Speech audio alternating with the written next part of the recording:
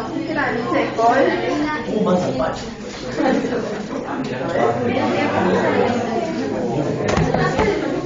Luego paso el libro. Esa foto de adulto, ¿verdad? Él es lo Es el bigote. Después lo paso al libro.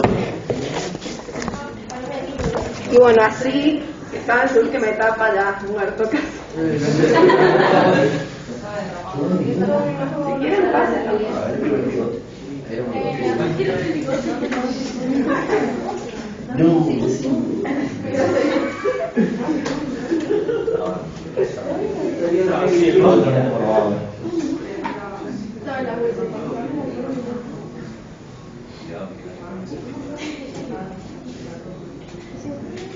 ¿Qué les parece, Nietzsche?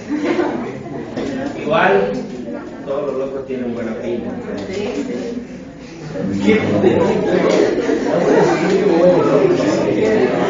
Pero viste que sabe. No, pero eso no sabe nada.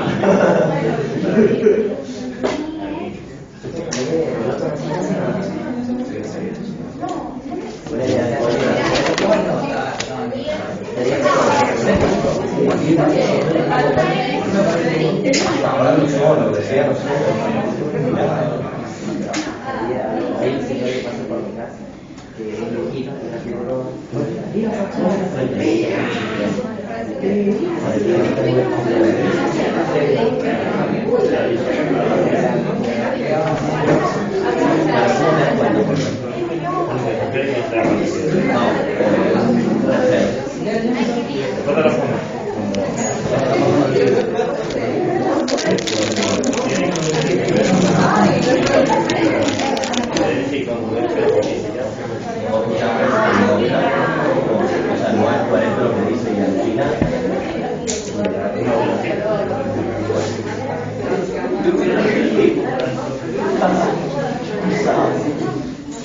¿Qué parte?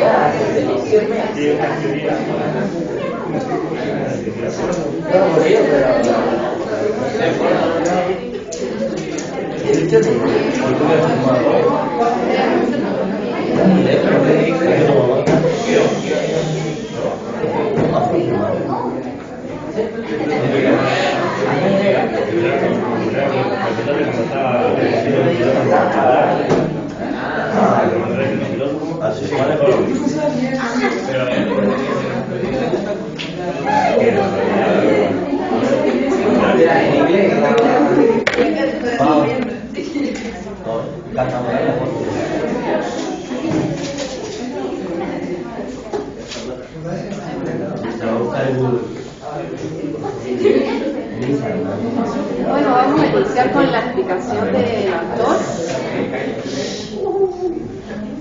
Bueno, van a leer el texto Verdad y Mentira en sentido extramoral, que fue escrito en 1873, y lo vamos a trabajar en base a tres nociones: inteligencia, conocimiento y verdad. ¿Bien?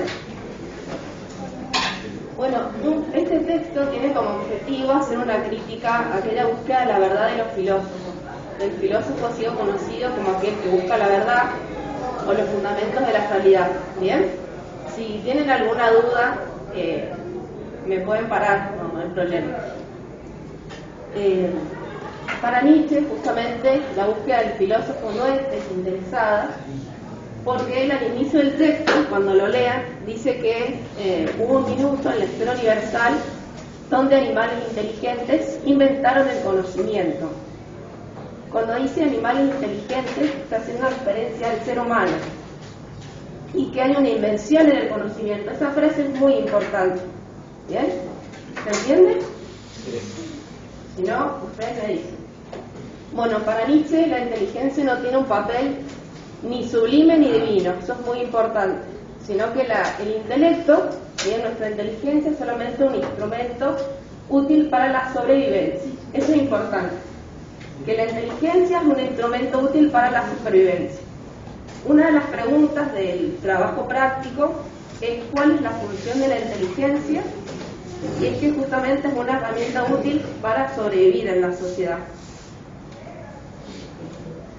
Eso tiene que quedar claro, si no me lo Fugaceta, preguntan. eso.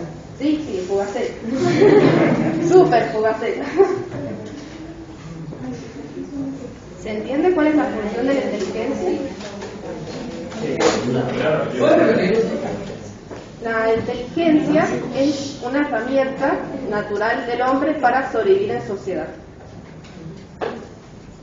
Ya después lo voy a escribir así, queda claro.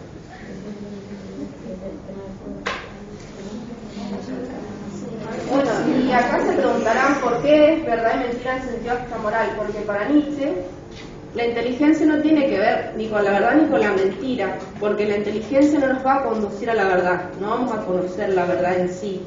¿Bien?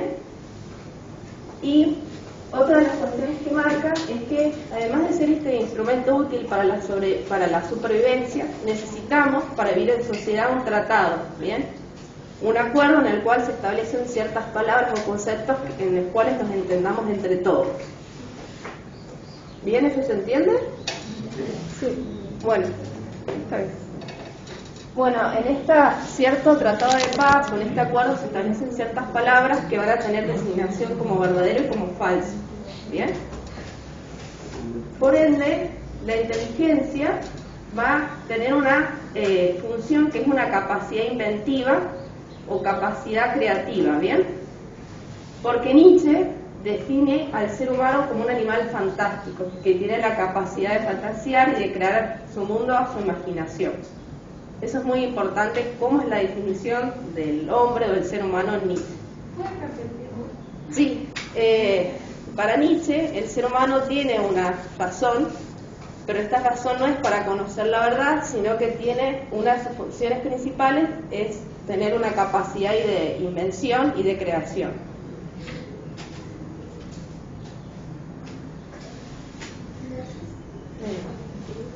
Eso en cuanto a la inteligencia y al conocimiento.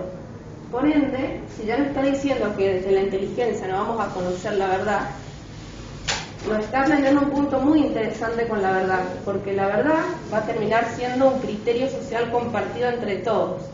Hay ciertas verdades que se establecen en la sociedad y que se naturalizan, se toman como estables, pero tienen que ver justamente porque de tanto repetirse esas verdades adquieren un grado de universalidad y nosotros las aceptamos como universales, como válidas. ¿Bien? Por eso hay verdades que aceptamos. Pero en realidad la verdad en Nietzsche es una construcción social, eso es importante. La verdad como construcción social, como un criterio social compartido entre todos. Hay ciertas verdades que compartimos entre todos en la sociedad. ¿Se entiende qué es la verdad? Sí. Esa es la segunda pregunta del trabajo, que es la verdad, que lo expliquen con sus palabras, ¿bien? Pero lo importante es que quede claro eso, que es una construcción social, ¿bien? O sea que no existe la verdad como tal. No existe la verdad como tal.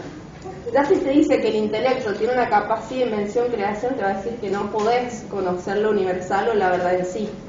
Por eso la verdad termina siendo una construcción social. ¿Ahí vamos bien hasta ahí? Sí. Hasta acá, ¿alguna duda, alguna pregunta, algo que les haya llamado la atención? ¿Están de acuerdo, no, con Nietzsche? No sé, lo que quieran decir, va a ser bienvenido. No sé qué les parece. La definición, para Nietzsche, el ser humano tiene una capacidad racional, ¿bien? Tiene una inteligencia. Pero esa inteligencia tiene una capacidad que es de creación o de invención. Por eso dice Nietzsche que en el primer apartado del texto que la inteligencia inventa el conocimiento.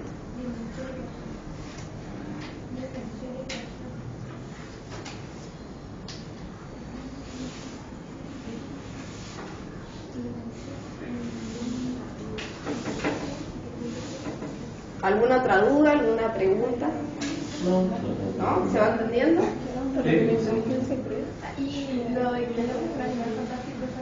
¿Cómo? Que dijo algo de que el hombre es un animal. Sí, Nietzsche define al hombre justamente como animal fantástico porque tiene la capacidad de fantasear, imaginar o de crear su mundo a su imaginación, en ese sentido. Que el hombre crea su mundo a su imaginación, o a su fantasía.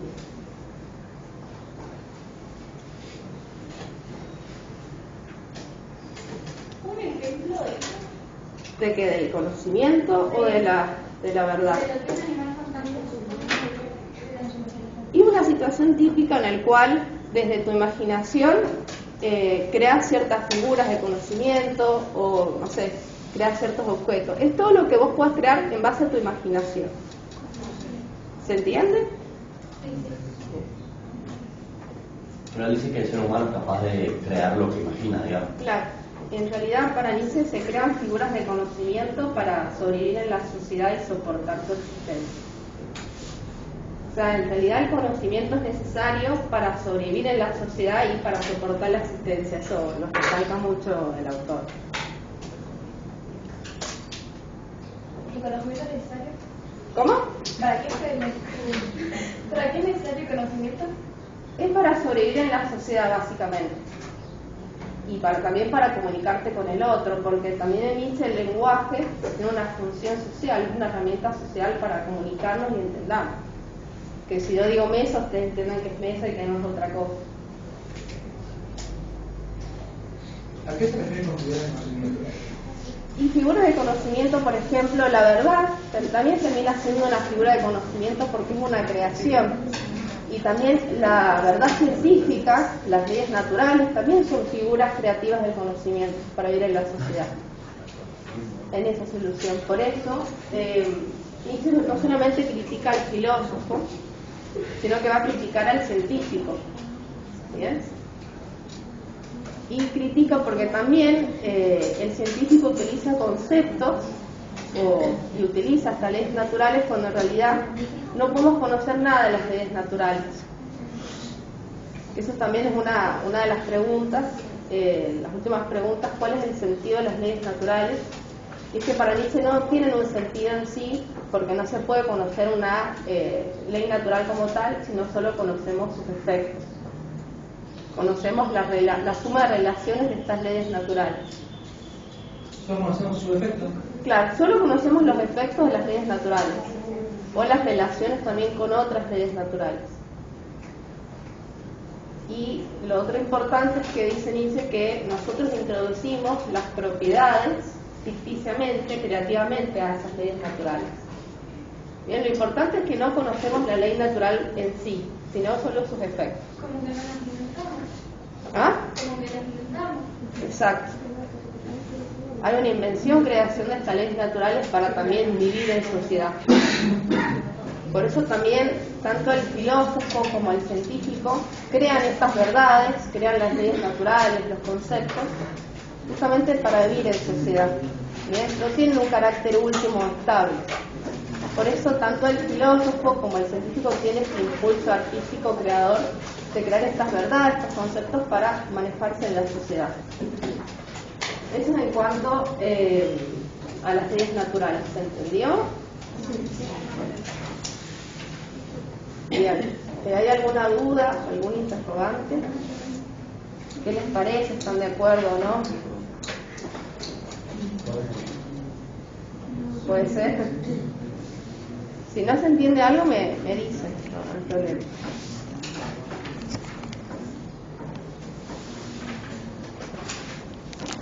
Revisen lo que han escrito por si hay alguna duda, porque como les dije, hay un trabajo práctico que no va a tener carácter altamente evaluativo, sino que para inscribirse.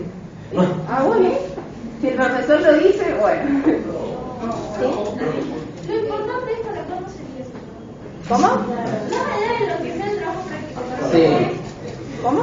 Para ahora. ¿Para cuándo es? No nos dé trabajo para la votación. En realidad lo pensé para que se haga en clase, de forma individual. Sí. O sea, empezar y terminar la clase. ¿Ah? Empezar y terminar la clase. Claro. Como una prueba.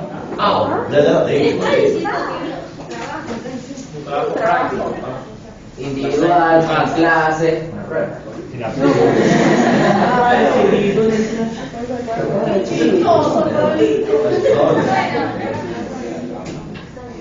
Igual acá lo traje porque en realidad las tres nociones que íbamos a trabajar las he explicado, que es la inteligencia, el conocimiento y la verdad de las leyes naturales.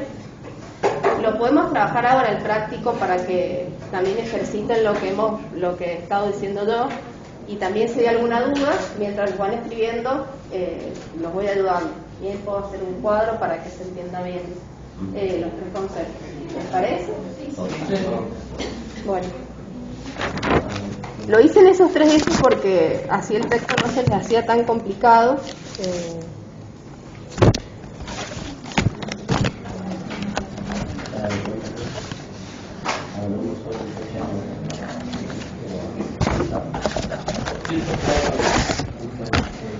Ahí.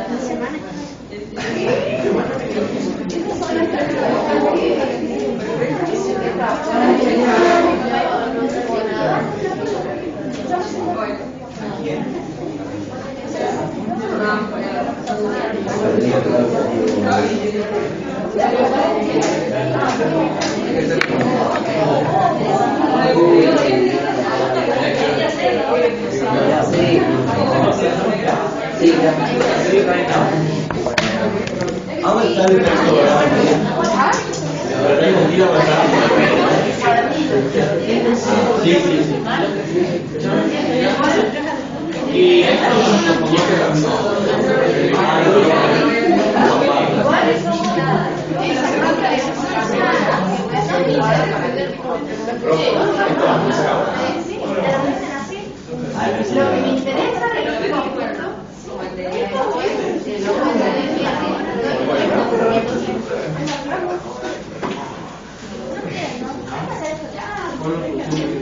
Profe, lo tenemos que hacer ahora, pueden leer el texto. El cuadernillo. A esta altura.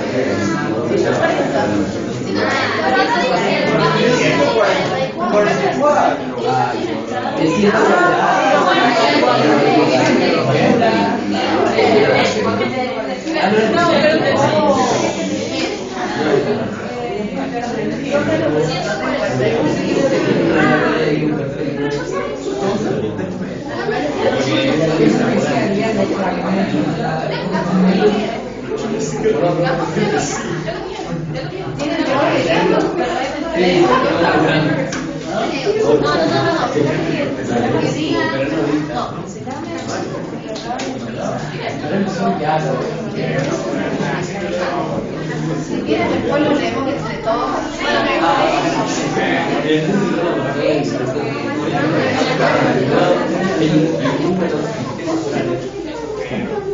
Yo no sé,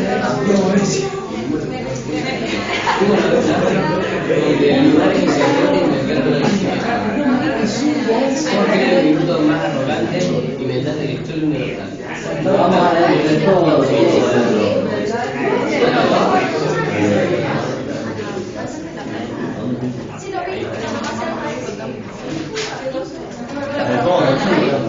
La chica del fondo.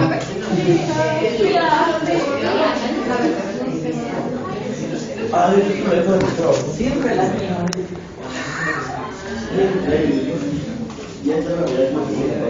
No tengo el espacio que lo descargué en la computadora. No hay problema. Ya te lo pongo acá.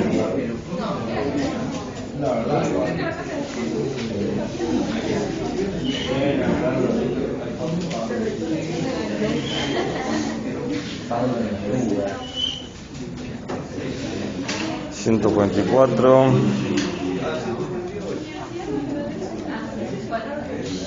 Pausa. Para terminar con un minuto.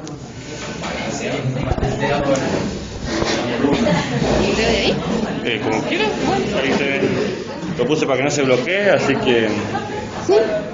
El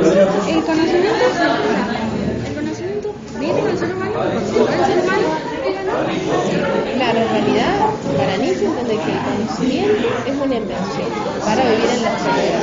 dice que justamente es un engaño porque no sabe.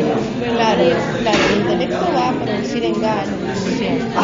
Pero todo eso que produce es útil para sobrevivir en la sociedad. Eso es lo que uno tiene que quedar claro, ¿bien?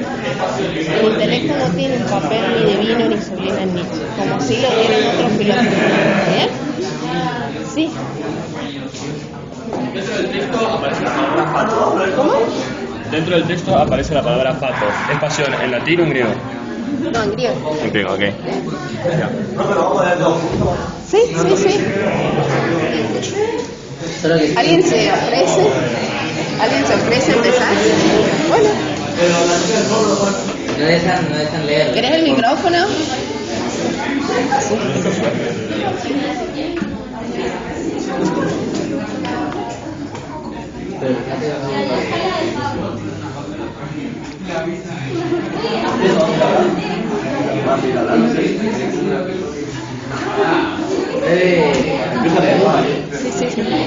Chicos. Soy una respetuosa.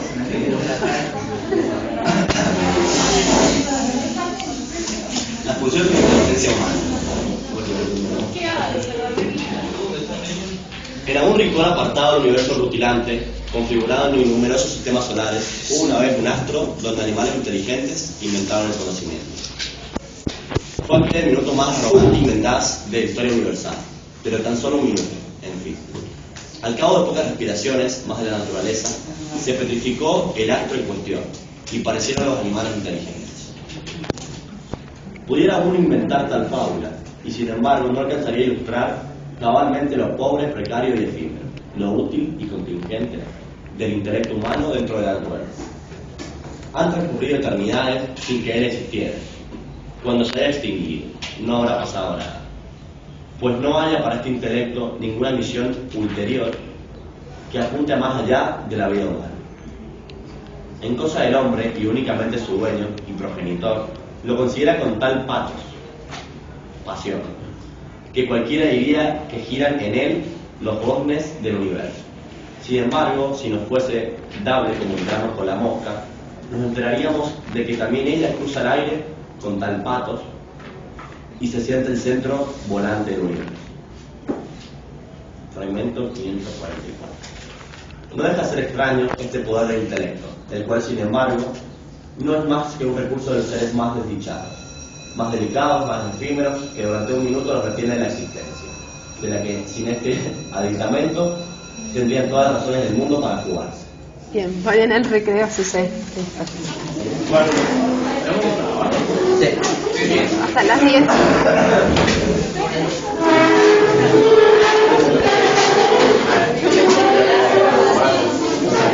Se apaga así, mira.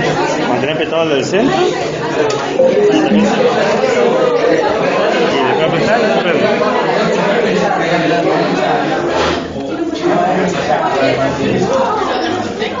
Así está. está grabando. Señalado de Aprendió, ¿no? No. Ahí está.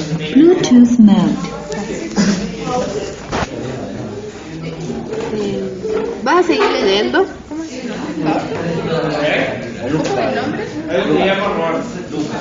Lucas, ¿vas a seguir leyendo? ¿Qué decías? Tomás.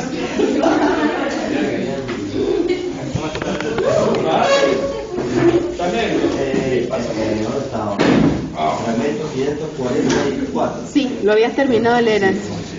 Bueno,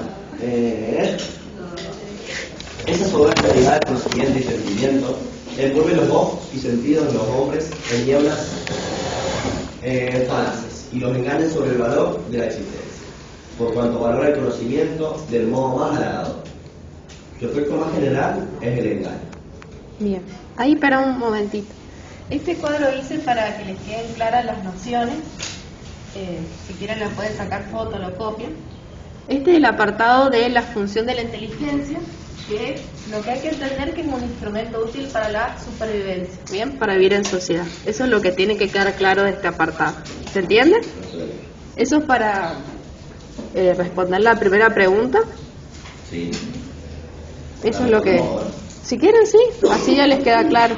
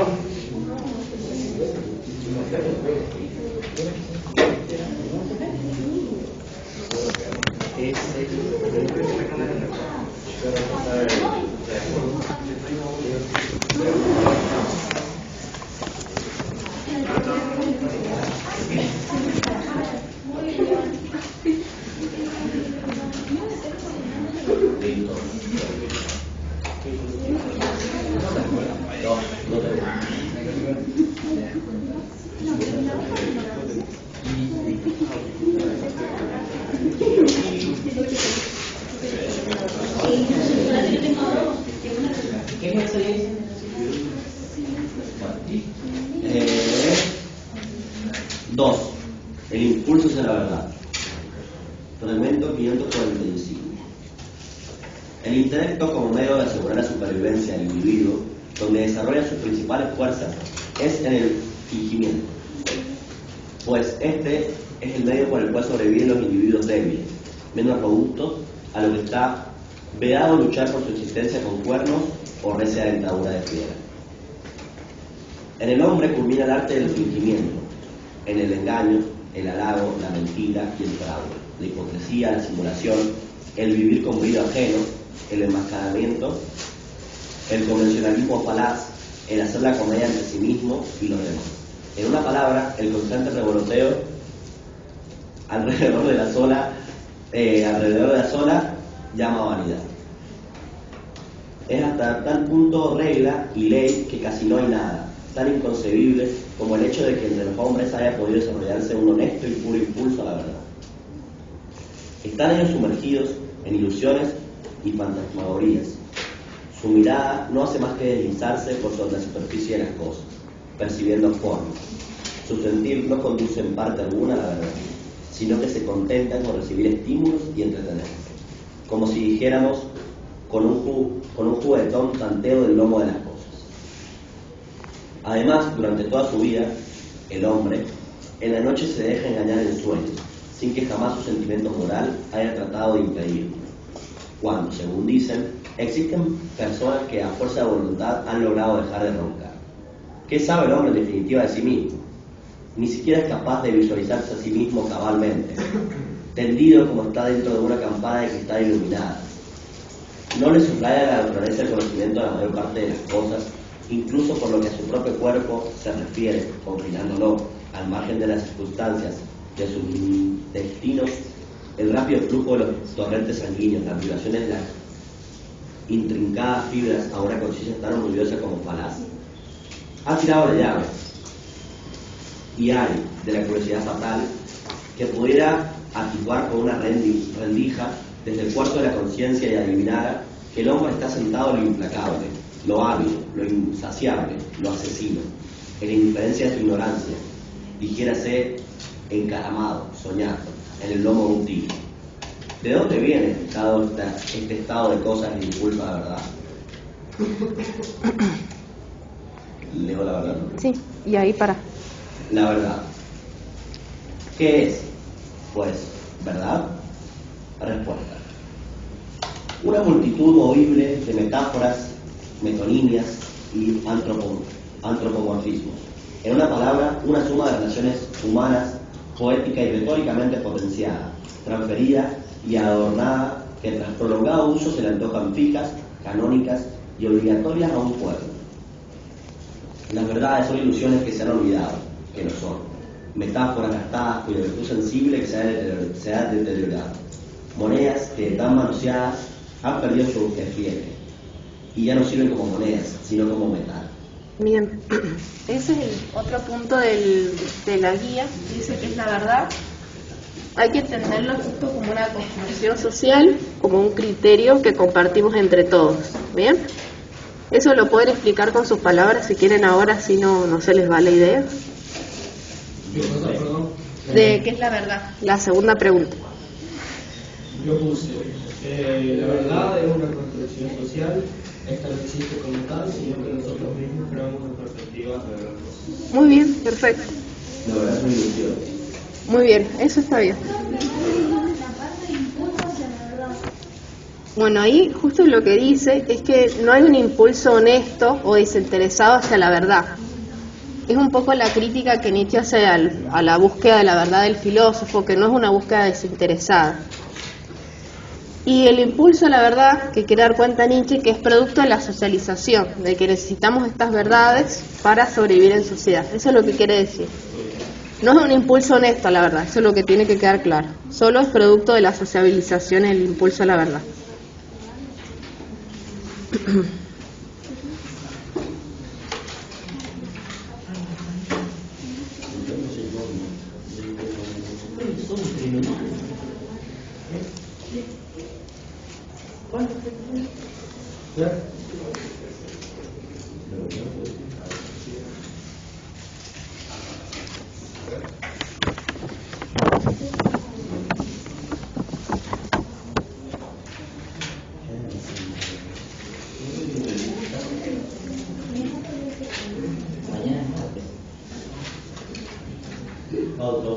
Mañana es martes. ¿Quieres seguir leyendo? Vale. Es lo último que queda. El sentido de las leyes naturales.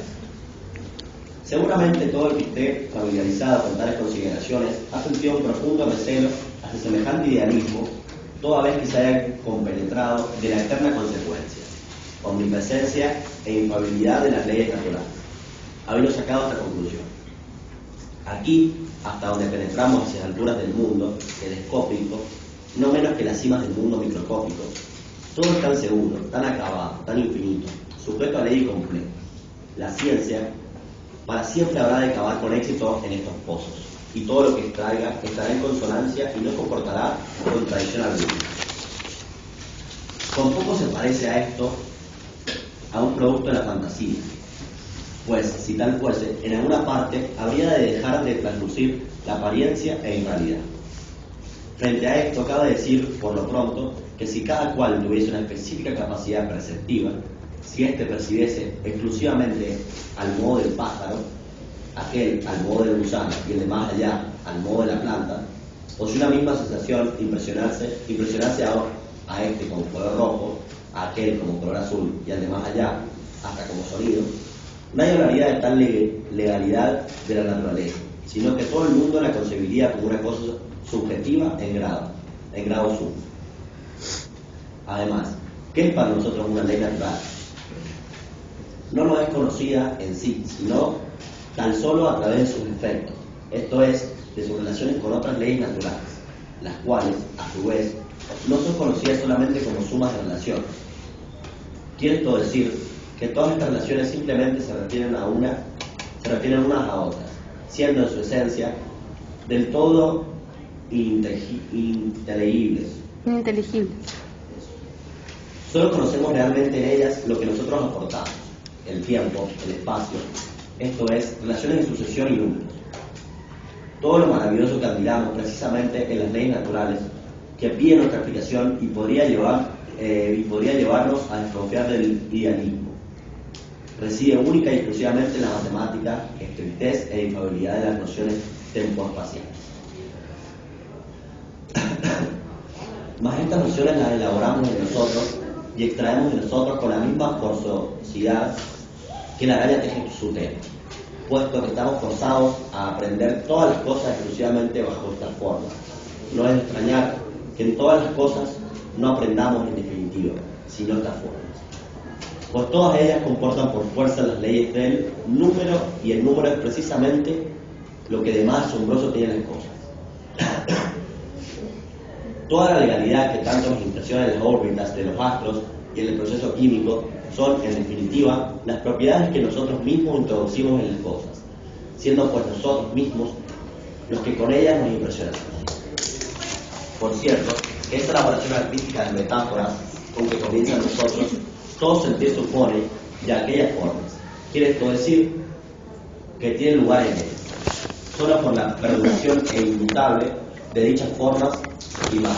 Se explica el que luego haya podido levantarse sobre el fundamento de las metáforas un edificio de los conceptos. Este viene a ser una imitación de las relaciones tempoespaciales y numéricas sobre la base de las metáforas. Hasta ahí, muy bien. Bueno, justamente la última pregunta que tienen, que es el sentido de las leyes naturales, quiere decir que las leyes naturales, ahí justo lo dice claro Nietzsche, no las conocemos en sí, ¿bien? Solo a través de sus efectos. Y que serían solo sumas de relaciones de espacio, tiempo y número. Son propiedades que nosotros introducimos en estas leyes naturales. Eso es un poco la respuesta, la posible respuesta a esa pregunta. ¿Qué son las leyes naturales? Son suma de relaciones de espacio, tiempo y números.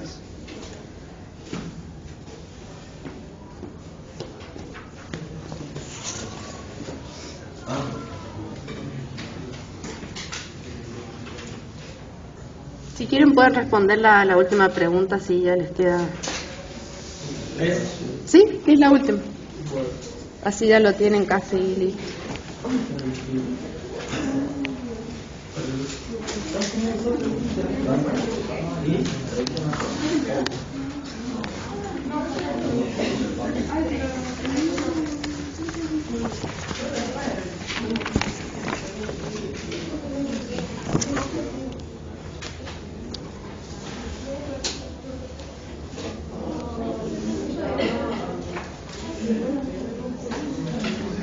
Y si quieren pueden ir haciendo el último punto, que es poner qué impresión les dio el texto, lo que dice el autor. Pueden poner estoy de acuerdo, no estoy de acuerdo, lo que ustedes quieran.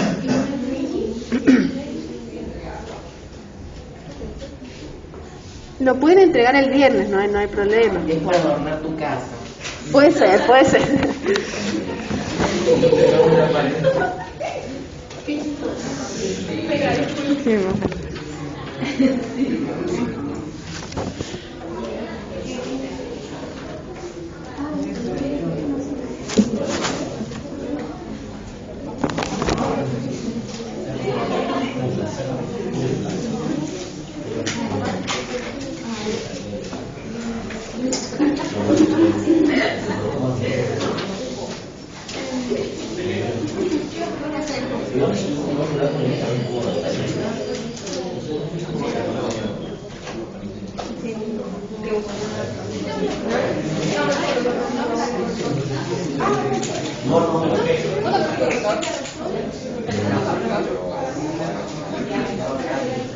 Ay, qué pareció mi impresión,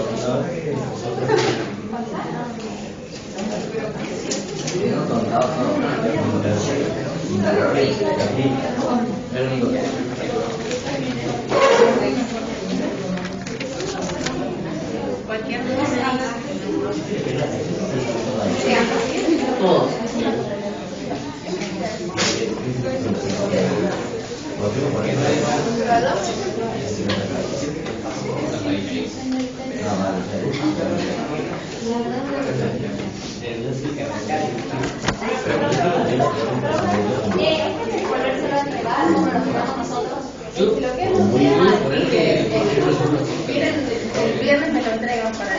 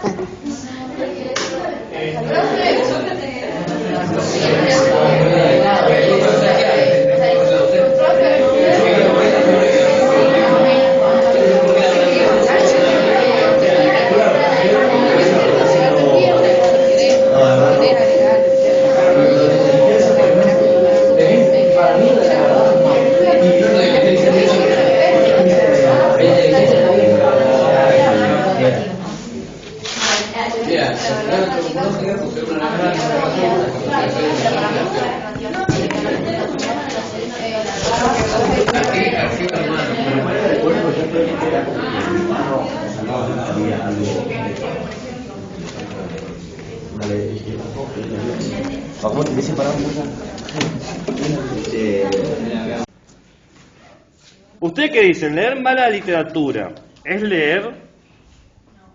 ¿No? Ok. ¿Qué es una mala literatura? Ah, no sé. No soy profesor de literatura, así que poco puedo decir. Ah, no. Una cosa es que guste o no guste y otra cosa es que literalmente sea mala.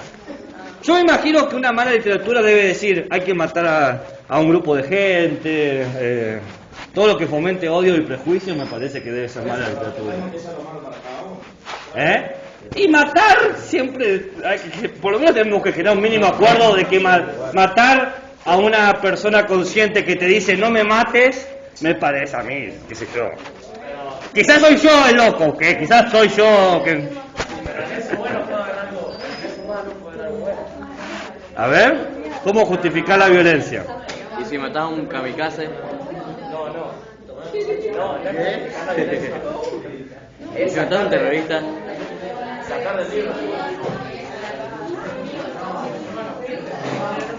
Matás a un terrorista. Un kamikaze no es un terrorista. Un kamikaze es una tropa de élite de combate japonesa. Es eso, es lo que es. Ah, bueno, puede ser. No. Es una tropa de élite japonesa cuya forma de ataque es inmolarse. Pero son gente formada, digamos, de manera muy extrema. Podemos hablar de si se le lavaron el cerebro o no, pero eso es lo que es. ¿Qué gritan los kamikazes cuando se tiran hacia...? Por el emperador. No. ¡Joro! ¿No sé bien? No sé japonés. ¿Alguien sabe japonés acá? ¿Quién dice sí? ¿No? ¿No? Es que escuché sí por ese lado, entonces me miré. Ah. Bien. Es interesante el tema de si matar está justificado. ¿No? Esa es una buena pregunta filosófica. ¿Hasta qué punto la violencia está justificada? Uno diría, no hay ningún punto. Otros dirían, hay circunstancias especiales.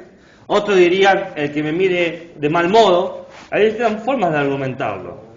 Y es difícil. Yo, en particular, me posiciono en la cuestión de que matar a un ser racional que te está explicando, mirá, ¿sabés que no me conviene morir?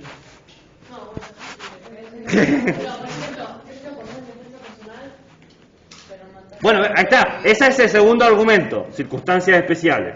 Yo dije, hay tres formas clásicas de justificar a la violencia al punto de matar a otro. Nunca, esa es una. No importa la circunstancia, no. Otra es bajo circunstancias especiales, por ejemplo, como decís vos, defensa, o para salvar una mayor cantidad de vidas, ¿no? Ese es otro argumento. Esta persona estaba en un tiroteo en una escuela, iba a matar a un montonazo de inocentes, entonces los matamos a él o a ella antes de que pueda matar más. Ese es un argumento. Y la otra es cualquiera que vaya en contra de mis ideales. Va, ¿quién diría? El 77% de la población lo dice. Mato el que es cristiano, mato al que no es cristiano. El que es islámico, mata al que no es islámico. El que es blanco, mata al que no es blanco. Y así aparece. El hombre mata a las mujeres, ¿no? Entonces, hay un montonazo de gente que mata por el simple hecho de que cree que tiene el derecho a matar. El tema es, ¿qué tan lejos está la distinción entre las circunstancias especiales, mato por circunstancias especiales, que mato en contra de mis ideales? Porque tus ideales te crean siempre las circunstancias particulares. ¿Se entiende? Entonces, quizás habría que revisar el código moral que utilizamos. Dicho eso, justo uno de los autores que vamos a hablar, alto cego, su meta es hacer eso. ¿Qué calor que has hablado? No, apagar no.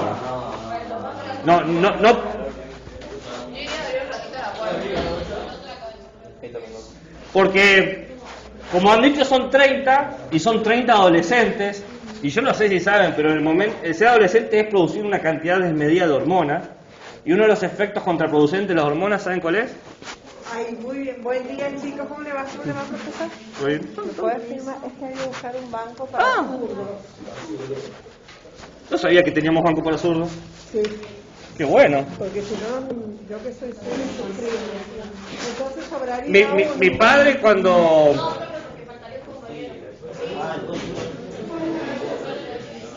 Mi padre era zurdo y lo obligaron a ser diestro en la escuela. Y así se convirtió en ambidiestro. ¿Ah, David también? Da Vinci era una cultura que no dejaban, o sea, estaba prohibido ser zurdo, digamos. Entonces escribía de las dos manos, y para escribir con la derecha escribía por revés, entonces hizo el tema del espejo, porque él escribía como en reverso. Entonces el espejo, entonces cuando veías el espejo veías toda la letra. Es un loquillo ese Da Vinci. Imagínate dándole tu trabajo al profesor con un espejo. Lo va a necesitar, profe. Bien. Vamos a hablar un poquito.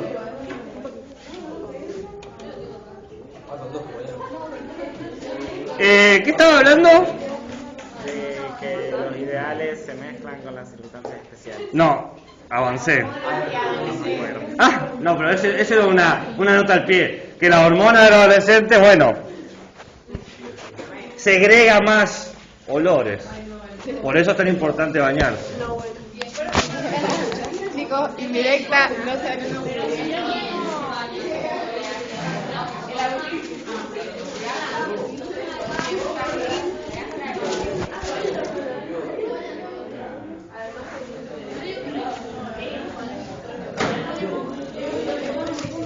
El autor que vamos a hablar hoy es Friedrich Nietzsche. Nietzsche se caracteriza por... Nietzsche se caracteriza justamente por discutir el tema de los valores. Eso. No tolero que le digan Nietzsche, no es Nietzsche. Está todo mal con Nietzsche. ¿Por qué? Porque he escuchado hasta colegas míos, es decir, gente que se recibió, que tiene un maldito cartón hecho de papel moneda que dice la nación argentina reconoce que este individuo es licenciado, licenciada, profesor en filosofía, y dice Nietzsche. Y digo, no es Nietzsche, nunca ha sido Nietzsche. Ahí lo escribo.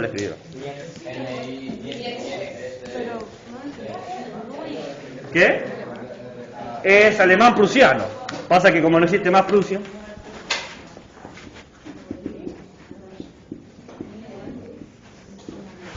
Friedrich Nietzsche. Federico, le decimos Fede. ¿Qué? ¿Sí? Estábamos haciendo tiempo hasta que vos llegaras. Friedrich Nietzsche.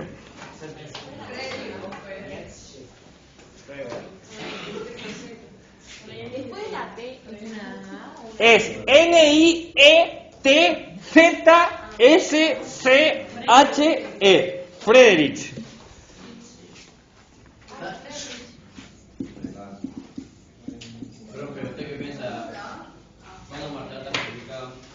¿Cuándo matar está justificado? Nunca, la violencia nunca está justificada, creo yo. Yo soy el punto cero.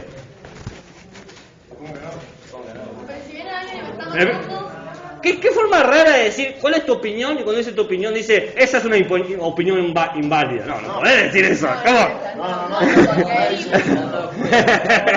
Por ejemplo, si matan, no sé, sí, matan a mi pareja, a mis gatos, a mi familia, me violan a mí. Dale, ¿y qué pasa? Pero no se enoja y lo mata. No, puede que lo quiera matar y puede que lo intente. No estoy diciendo que yo no me mueva a mí un impulso como de autodefensa. Pero el tema es si éticamente está justificado. Son dos cosas distintas. Nunca éticamente está justificado. Ah, bueno, ahí está el tema. Porque si nunca está éticamente justificado, quizás tenemos que construir un conjunto de leyes que penalicen cuando alguien lo hace. Porque si está justificado, tendríamos que construir un conjunto de leyes que contemplen esas circunstancias. Bueno, ahí está, esa es la discusión, no digo que está resuelta. Esa discusión no está para nada resuelta. El día de hoy se sigue discutiendo si la violencia no está justificada, ¿no? ¿Por lo qué? Y por algo también existe la pena de muerte en muchos lados. Bien, pero no estamos hablando de pena de muerte, por más que sea un tema muy interesante. Quizá más adelante lo podemos hablar. Vamos a hablar de Friedrich Nietzsche. Nietzsche, cuando era chiquitito, era muy religioso. Tan religioso que a los 13 años en el liceo, lo que sería la secundaria para ustedes, daba misa en el recreo. Imagínense, era muy religioso. Le decían el pequeño pastorcito, ¿no? Pero ¿qué pasa? Se le muere el padre, que era no es cura, ¿cómo se llama? Pastor. Un pastor. Ah, ¿dijiste pastor vos? Es que no te escuché. Igual convengamos que ella tuvo ventaja porque estuvo literalmente parada a mi lado. O sea, más cerca me hubiese dicho, pastor. Bien. El tema es que se le muere su padre, que parece que se muere de sífilis. Y si te morías de sífilis en esa época significaba solamente una cosa. Ibas a casas clandestinas a buscar mujeres que daban sus servicios a través del cuerpo. Es decir, si se contagió de sífilis, frecuentaba al pastor a prostitutas, ¿se entiende lo que estoy diciendo, no? Entonces ahí Nietzsche como que dice, quizás mi padre no es tan santo como yo pensaba, quizás. Y empieza a tener lo que se llama una crisis religiosa, que lo produce y lo lleva a él a una crisis filosófica, ¿no? Entonces, más o menos como a los 13, 14 años, deja de creer en Dios. Dice, no puedo creer en un Dios que permita este tipo de humanos. Ahora, Nietzsche era una luz, era muy inteligente, tan inteligente que se doctora, es decir, tiene no solamente una carrera de grado, sino una carrera de posgrado a los 21 años. Más o menos a los 15 años ya había tenido la secundaria, ¿no? Un bocho. Pero bueno, Nietzsche, ¿qué le vamos a hacer? Por algo estamos hablando de él. Y él, mientras estudia una ciencia que ya no existe. En ese momento era considerada una ciencia natural, pero hoy en día esa ciencia dejó de ser ciencia natural y se convirtió en una ciencia social. Que es la disciplina se llama filología. Filología. Ustedes me dirán, ¿qué es la filología? La filología es el estudio del griego y el latín antiguo. ¿Por qué era una ciencia? Si es el estudio de una lengua. porque estaba muy emparentado con la arqueología. Tenías que buscar vasijas y ver lo que estaba escrito, ¿no? Entonces estaba muy cercano a un trabajo arqueológico, paleontológico, etcétera. Hoy en día tenés la arqueología por un lado, la paleontología por el otro lado y la filología por su propio lado, ¿se entiende? Entonces ya dejó de ser una ciencia natural, pero en ese momento estaba todo mezclado, ¿se entiende? Entonces, Nietzsche era para ese momento un científico liso y llano. Y estudiando filología se tropieza con el libro de alguien, un libro que se llama El mundo como voluntad y representación, de uno de los cabrones más cabrones de la historia de la filosofía, Arthur Schopenhauer. Arthur Schopenhauer acuñó la palabra, la expresión, mientras más conozco la humanidad, más amo a mi perro. Era un pesimista. Él creía que lo más patético, inútil, triste, falible de la historia de la naturaleza es el humano. Nada más patético que el humano. El humano es un péndulo entre el sufrimiento y el aburrimiento. O está aburrido o sufre. Esas son las dos situaciones en las que aparece el humano.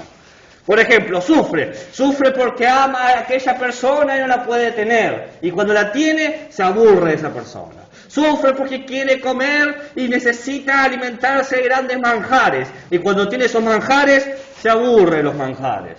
Vive el humano en un péndulo entre el sufrimiento y el hastío, en una existencia patética que va a terminar y nada de eso va a cambiar. Eso decía Arthur Schopenhauer. Y ustedes piensen que Nietzsche venía de una crisis religiosa, donde ya había dejado de creer en Dios y se encuentra con un libro como este, es como un martillazo en la cabeza. La filosofía de Nietzsche, él empieza a construirla a partir de esta crisis, y él dice, mi filosofía es a martillazos. Es más, escribe un libro que se llama Filosofía a martillazos, es decir, la filosofía que te viene y te golpea. La filosofía viene y golpea el hielo que está debajo de tus pies para que caiga sobre el agua helada y te dé un shock eléctrico, que te despierte. La filosofía viene a sacar todos tus prejuicios y todas tus idioteces y estupideces.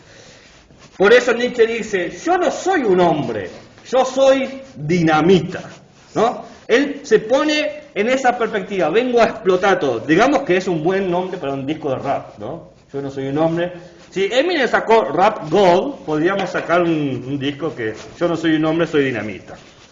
Entonces, desde ahí nos vamos a parar. Nietzsche viene a destruir todo, toda la filosofía, todas las creencias, todos los valores. Viene a patearnos en la cara, a escupirnos y darnos con un palazo cuando estamos caídos.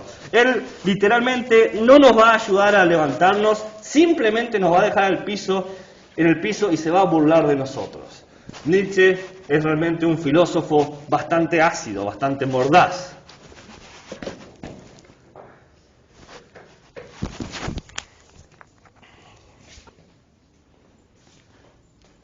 Ustedes me dicen, mentira, ¿qué va a ser tan loco ese loco? Ya que ustedes lo llaman loco, y él sabía que lo llamaban loco, escribió un texto que se llama El hombre loco. Se los leo. ¿No habéis oído de aquel hombre loco que una mañana encendió un farol, corrió por el mercado y se puso a gritar incesantemente, ¡estoy buscando a Dios! ¡Estoy buscando a Dios! Es decir, viene con una lámpara, una linterna, y empieza en el mercado, ¡estoy buscando a Dios! ¡Estoy buscando a Dios! Justo allí se habían juntado muchos que no creían en Dios, por lo que levantó grandes carcajadas. ¿Acaso se te ha extraviado?, dijo uno. «Se te perdió como un niño», dijo otro. «Es que se te ha escondido. ¿Tiene miedo de nosotros? ¿Se ha embarcado? ¿Habrá emigrado?» Así gritaban y se reían, se burlaban del loco que buscaba a Dios. El hombre loco se puso de un salto en medio de ellos y les taladró con sus miradas. ¿A dónde se ha marchado Dios? Yo se los voy a decir. Lo matamos. Ustedes y yo, todos somos asesinos. Todos hemos matado a Dios. Dios ha muerto. ¿Cómo lo hemos hecho? ¿Qué hemos hecho cuando hemos soltado la cadena que unía esta tierra con su sol? ¿Hacia dónde se mueve la tierra ahora? ¿Hacia dónde nos movemos nosotros? ¿Nos vamos alejando de los soles? ¿Nos estamos cayendo sin cesar? ¿Nos caemos hacia atrás, hacia un lado, hacia adelante, hacia todos los lados? ¿Sigue habiendo un arriba y un abajo? Nos vamos cerrando a través de una nada infinita. No oímos todavía nada del ruido de los enterradores que están enterrando a Dios. No olemos nada del Dios podrido. También los dioses se pudren.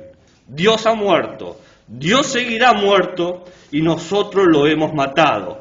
¿Cómo consolarnos nosotros, el asesino de todos los asesinos? Lo más santo y poderoso que el mundo poseía se está desangrando bajo nuestros cuchillos. ¿Quién limpiará esta sangre? ¿Con qué agua purificarnos? ¿No tenemos que convertirnos nosotros mismos en dioses? No ha habido nunca una hazaña mayor, y quien quiera que nazca después de nosotros formará parte de esta hazaña, una historia superior.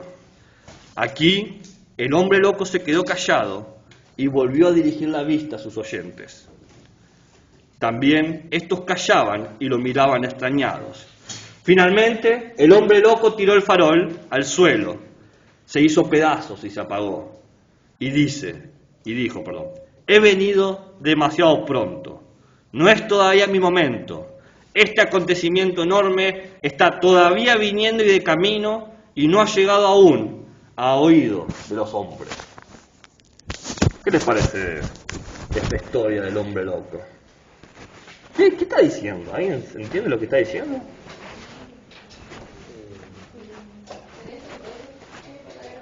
Esa época es 1870, 1860. Y bueno, pero, o sea, no tuvo que haber tenido mucha gente, digamos, que lo siguiera. O sea, como algo que impuso, digamos. ¿Cómo siguiera? Y que en 1800 no sé cuánto, es como que hay muy poca gente que decía, no, yo no creo en Dios. Y si no creías en Dios era como muy... Bien. Entonces vos lo ves como un desafío. Sí. ¿Ok? ¿Y lo demás? ¿Cómo lo ven? ¿Entienden lo que está diciendo la historia? ¿No? Lo dice varias veces, ¿eh?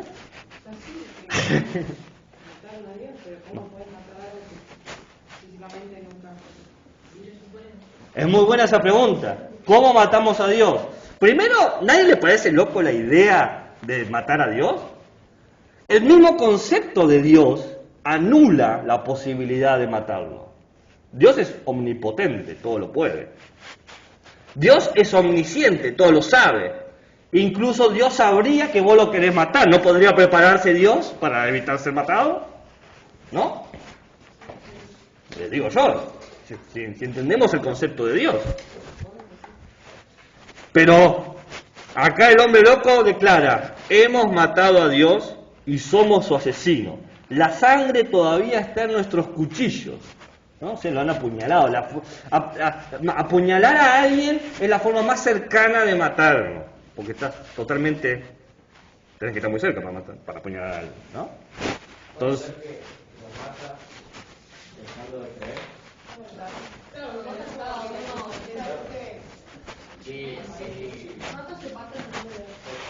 No sé, porque dice lo hemos matado. Ah.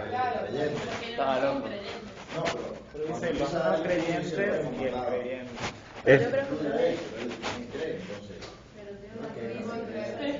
Vos para matar a Dios tenés que creer, porque no podés matar algo que no crees.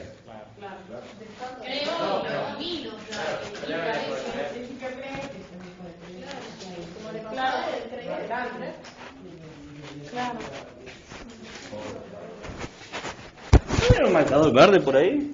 Acá. Primero, ¿qué les parece cómo escribe Nietzsche? Vieron que escribe bastante intempestivo, ¿no? raro y con figuras muy extrañas. Cree mucho mejor. Quizás, para entender lo que está diciendo esta historia, tenemos que partir con una pregunta más básica. Sabiendo el loco que Dios estaba muerto, ¿por qué lo estaba buscando? ¿No? Porque así empieza la historia. Baja el loco al mercado, como quien dice un supermercado, a un mercado de verduras y frutas, y carnes y otras cosas, y llega con una linterna, y con una linterna en pleno día lo está buscando. Por eso la gente se burla. Lo perdiste como un niño que se te escondió y no lo encontrás como alguien como... Entonces, ¿por qué el loco buscaría a Dios? ¿Qué representa a Dios en todo esto? ¿Qué representa a Dios? ¿Las emociones? ¿La salvación? ¿Dios representa la salvación? La esperanza. ¿Qué más?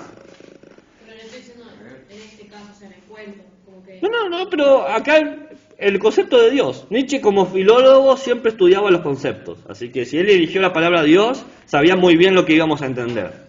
Recuerden, Nietzsche era un especialista del lenguaje. Entonces, las palabras que él pone no están al azar. Él no escribe así un mar de palabras y dice, uy, quedó bonito. No, él piensa cada coma, cada punto. Tal es así, esto está probado en sus manuscritos.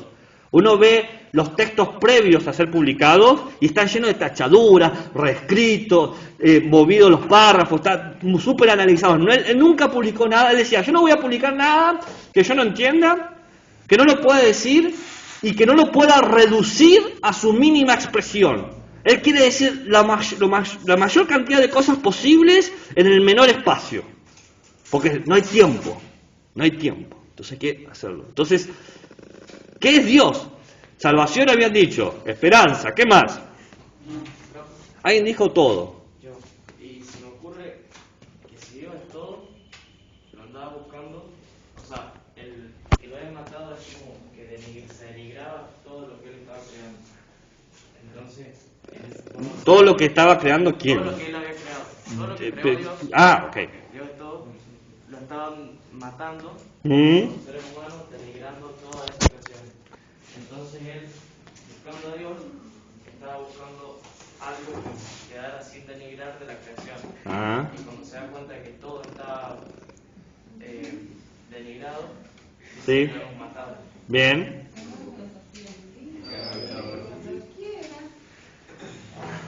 Hay un pequeño error de esa interpretación, ahí te lo digo. No se puede interpretar a la lámpara como una luz, porque al principio, antes cuando está buscando a Dios, tiene la lámpara. Sí. Y después cuando dice que Dios ¿Y qué ganamos con la luz? ¿Qué representa esa luz? sería Dios, sería esa salvación. No, la luz no es Dios, la luz es algo. Estás ahí en zona de gol. ¿Querés rematar o la vas a pasar? No sé. A ver, Dios no es todo. Dios no es la salvación. Dios puede ocasionar esperanza, pero lo que es Dios, en el término más claro, sencillo, primordial del concepto, es que Dios es la causa. Dios ha creado el universo. Si ustedes agarran cualquiera de los textos religiosos donde hay un Dios único, Dios siempre va a ser el creador del universo. Crea las estrellas, los océanos, los animales, crea todo. No es todo, es la creación de todo. ¿Se entiende? Es decir, Dios es el fundamento y la justificación de la existencia. ¿Por qué existe algo? Porque Dios lo ha creado. ¿Bien? ¿Y por qué lo creó así? Porque Dios tiene un plan para todo, ¿no? Entonces Dios es fundamento, justificación, causa. ¿Bien? El todo somos nosotros. Nosotros somos parte del universo, somos parte de las estrellas, de los océanos. Entonces, buscar a Dios es buscar el fundamento. Es buscar la causa principal de todo. ¿Y quién busca a Dios? El hombre loco con el farol, la linterna. Y el farol, si Dios es el fundamento, ¿qué puede ser el farol? ¿Qué es? ¿Qué es un farol o qué es una linterna? Un instrumento para iluminar. Bien. ¿Y brota de los árboles? ¿Yo puedo plantar un árbol de faroles? No. ¿Una farolera? Y mira, la farolera se cayó. Puede ser la... Pero acá, ¿puede ser qué? No. La pregunta es, ¿los faroles salen de la nada? ¿Cómo aparece un farol en este mundo? ¿Pero cómo lo crea? Dice, Hocus Pocus, farol. ¿Cómo hace? Lo construye, muy bien. ¿Y para construirlo qué necesita? ¿Vos sabés hacer faroles? Materiales. ¿Y qué más? Te doy todos los materiales. Conocimiento, muy bien. Tiene... y le dice enojada. Muy bien, usted grite. Exactamente.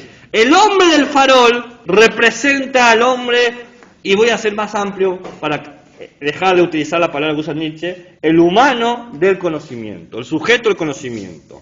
Es aquel que tiene ciencia.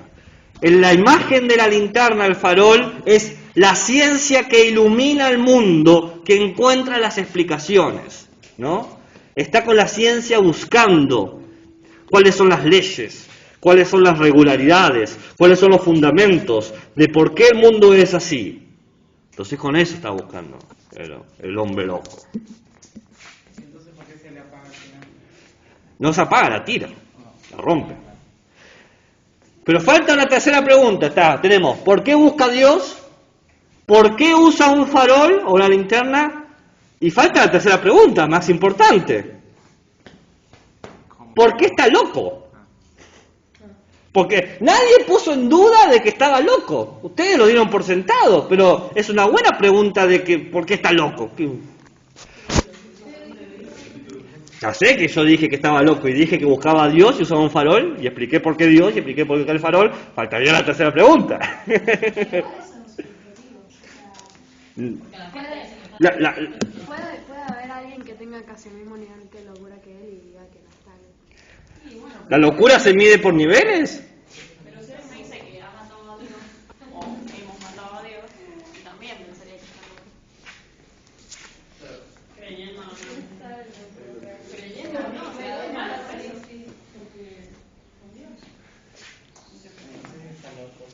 ¿Por qué esta persona busca a Dios?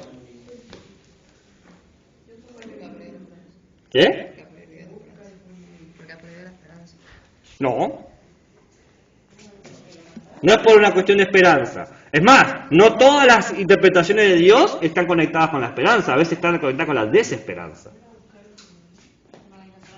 No en todas las religiones Dios es benevolente. A veces Dios es cruel y terrible. ¿Qué? Hay un gato ahí. Está caminando. Hay muchos gatitos. Profe, si quiere eliminar a Dios, por lo tanto eliminaría todo lo que supuestamente se dice que creó. Es bueno ese argumento, pero él no quiere eliminarlo. Eso es lo que decía Juan. Es que él lo quiere eliminar. Él dice que ya está muerto y que somos cómplices. Todos ustedes son cómplices. Muy bien. Ya vamos a llegar a eso. Anótelo. El hombre está loco porque la búsqueda de Dios no es una búsqueda racional. Él está buscando a Dios por un sentimiento. Él está buscando a Dios porque se dio cuenta de algo terrible. Va a morir. Si Dios puede morir, si los fundamentos pueden desaparecer, si las justificaciones pueden desvanecerse, ¿quién es Él para decir lo que yo hago va a perpetuarse? Si inclusive el más perpetuo y el más eterno ha muerto. Pronto he de morir, nada va a cambiar eso. Y no solamente yo voy a morir, sino la gente que me puede recordar va a morir. Y no solamente la gente que me puede recordar va a morir, sino el mundo que permite el ecosistema para que aparezca esos humanos, va a morir. Y no solamente ese mundo, sino el sistema solar que da lugar a que este mundo sea como es, va a morir. Y no solamente este sistema solar, esta galaxia va a morir. Y no solamente esta galaxia, sino el universo. Porque si Dios ha muerto, todo queda tendido hacia el olvido. Voy a morir, no puedo hacer nada para eso, y nadie ni siquiera está ahí para consolarme. Por eso es un sentimiento terrible. La mortalidad, el momento que somos conscientes que vamos a morir, es un momento bastante fuerte, como un martillazo sobre el hielo, que está bajo nuestros pies, y nos caemos en el agua helada. ¿Alguna vez se bañaron con agua helada? Y sintieron ese... Eso es experiencia en la mortalidad. Pero hay más. ¿Me van siguiendo? Bueno, esa es una muy buena pregunta.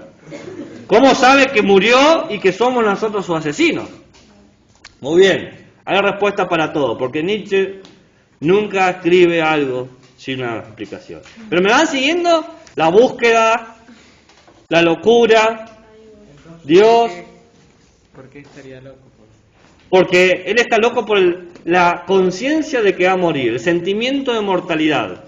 El sentimiento de mortalidad es lo que todos ustedes tienen cuando se dan cuenta de que, por ejemplo, van a perder a un ser querido, o que ustedes van a morir. ¿Nunca se han puesto a pensar en eso? Está todo bien, un día está todo tranquilo, y en un momento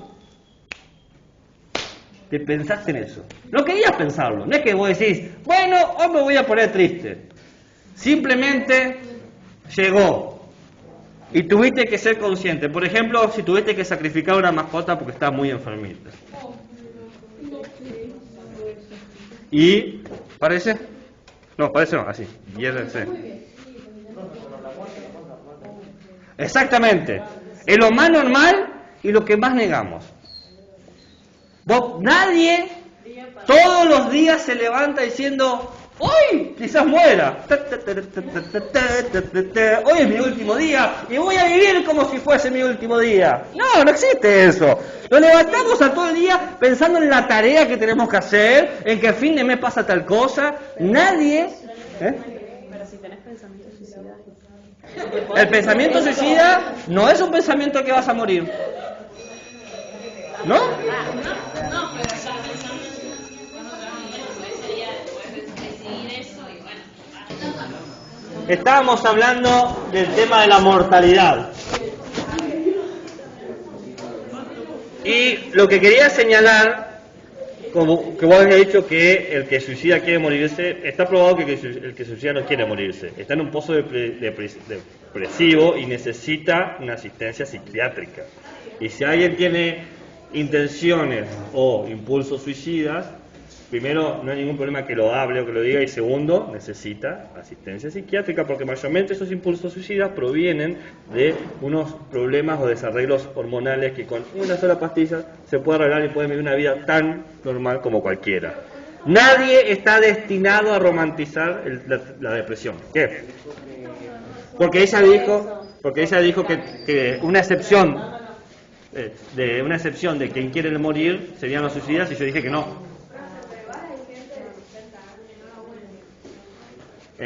Podés tener depresión con 70 y con 3 años. Porque tenés depresión química y depresión psíquica. Mayormente o comúnmente los que son suicidas tienen depresiones químicas. ¿Bien? Una depresión psíquica puede ser que estás enamorada de alguien y te engaña, estás con una pareja y te engaña. Entonces te pones triste, y es más que lógico que te pongas triste. La persona que vos amabas y confiabas y pensaste que te correspondía en el amor, justamente te engaña. Y eso es depresión psíquica, y vos podés salir de eso simplemente pasando un proceso de duelo. Eso es una cosa. Otra cosa es la depresión química. Son dos cosas distintas. Por eso tenemos psicólogos o psicólogas y psiquiatras. ¿Bien? O psiquiatras. Así que me detengo a eso también, porque si alguna vez están tristes, piensen que quizás la posibilidad también sea que una simple atención psicológica o psiquiatra, si se lo derivan a eso, puede solucionarlo.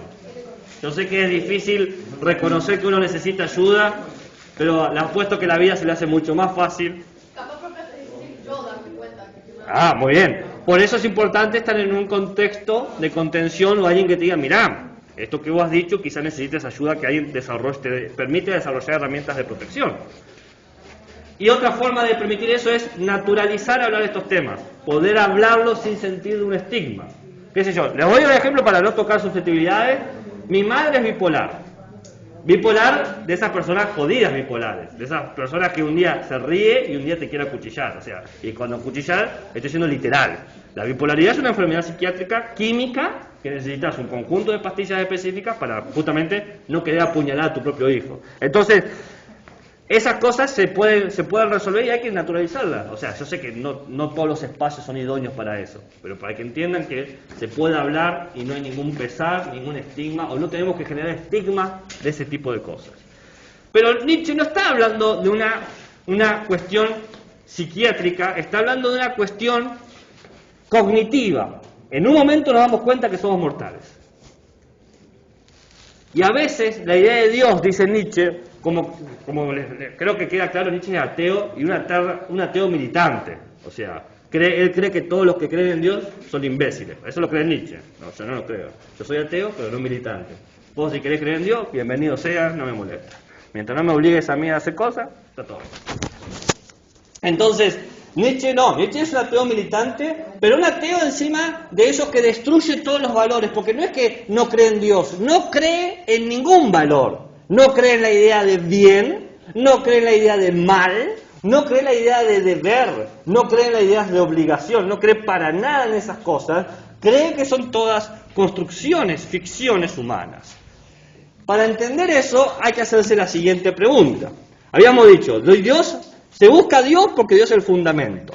¿Cómo se busca? Con la ciencia es la que descubre las verdades. ¿Por qué el hombre está loco? Porque lo que motiva a su búsqueda es la mortalidad. Queda claro esas tres cosas, ¿no? Si yo digo Batman, ¿va a quedar más claro o no es necesario? Ah.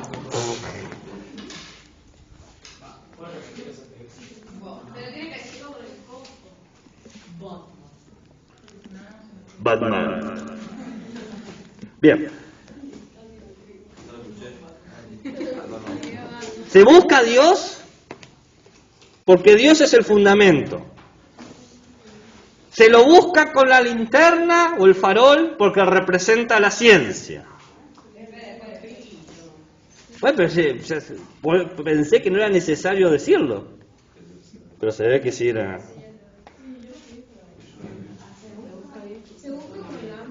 Con la linterna, él dice farol, pero es una linterna, o sea, para que sea más fácil. Porque representa la ciencia, la tecnología, el conocimiento. ¿La ciencia no es el mejor conocimiento que ha producido el ser humano? ¿Eh? ¿Qué otro conocimiento explica todo? Entonces es el mejor conocimiento. ¿Dios? ¿Decís que explica todo? Pero Dios no viene y te dice, mira, esto es así. La raíz cuadrada de 144. No diga nada. ¿Eh? Pero la religión es por fe, no por conocimiento. Yo pregunto, ¿cuál es el mejor conocimiento? Porque vos podés tener una fe y está todo bien, ¿no? Pero la fe no es conocimiento. Justamente la fe es un acto de creencia. Creer no es necesariamente conocer. 3. La búsqueda está motivada por la conciencia de la mortalidad. Uno busca a Dios porque sabe que va a morir y quiere tener una explicación de por qué va a morir, o quiere por lo menos que su muerte no sea final. Ok, me voy a morir, pero quizás haya otro lugar. La conciencia de la mortalidad.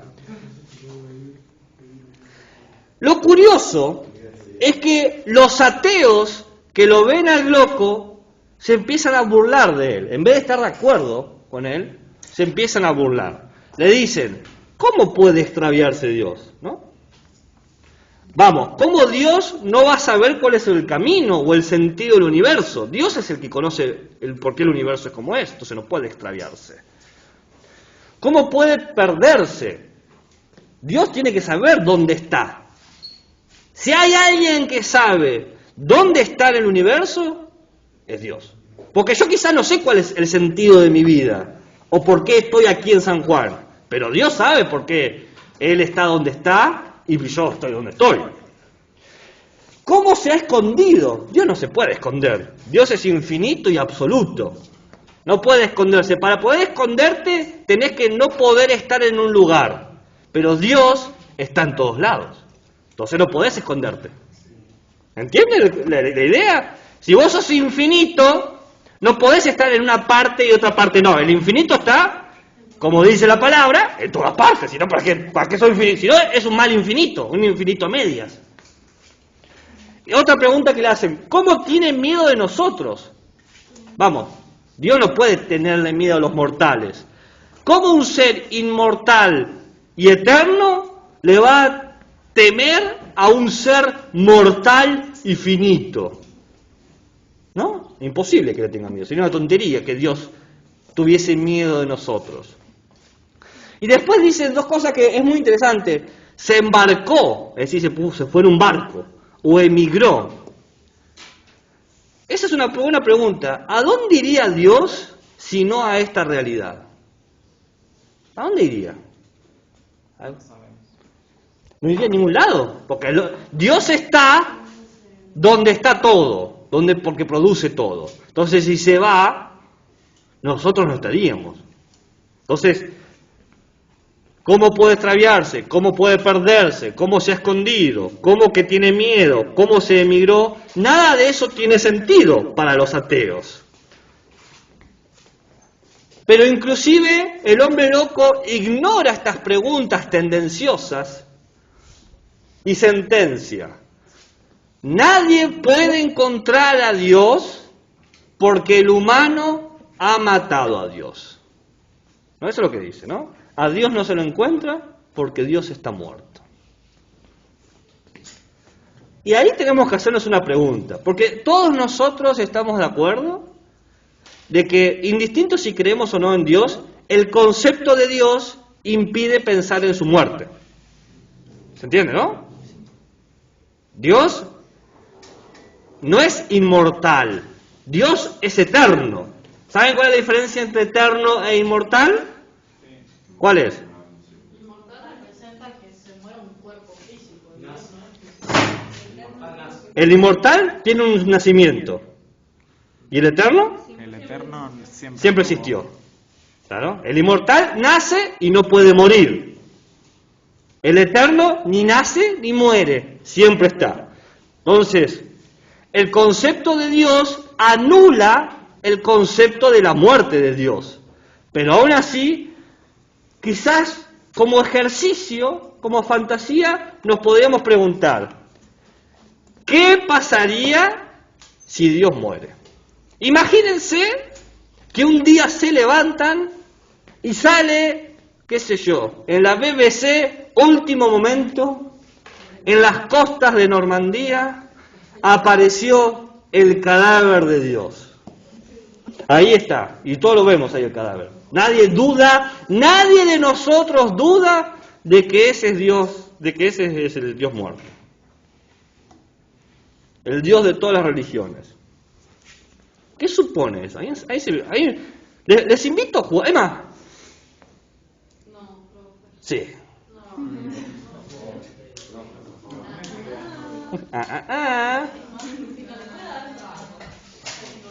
Escriba a continuación qué pasaría si Dios muere. Ahora, 5 minutos y lo compartimos. Ahora mismo. ¿Qué pasaría si Dios muere? Hizo que el mundo sea lo que es. Entonces, Dios da coherencia, Dios da realidad, da justificación al mundo. El mundo existe porque Dios decidió que existiera. Pero también da otra cosa. Le da un deber, una obligación. El mundo tiene un deber, debe hacer tal cosa. Si Dios se muere, si ha muerto, se pierde la coherencia del mundo, la realidad del mundo, la justificación del mundo, el deber del mundo. Todo eso se pierde. La pregunta es, ¿podemos tolerar vivir en un mundo sin sentido, sin justificación, sin deberes claros, sin realidad? Porque Dios es una idea para dar un sentido único y preciso a nuestro mundo. Pero Nietzsche dice, si Dios es la idea que usamos para darle un sentido al mundo, como todas las ideas, puede caducar, puede dejar de funcionar. Si encontramos una mejor idea que suplante a Dios, una idea que permita explicar al mundo sin Dios, ¿por qué no matarlo? Y para Nietzsche dice la ciencia es la respuesta.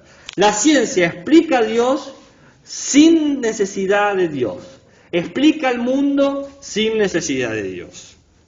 La idea de Dios se marchitó. Para Nietzsche dice, es la primera vez en la historia de la humanidad que la humanidad puede existir sin pensar a Dios.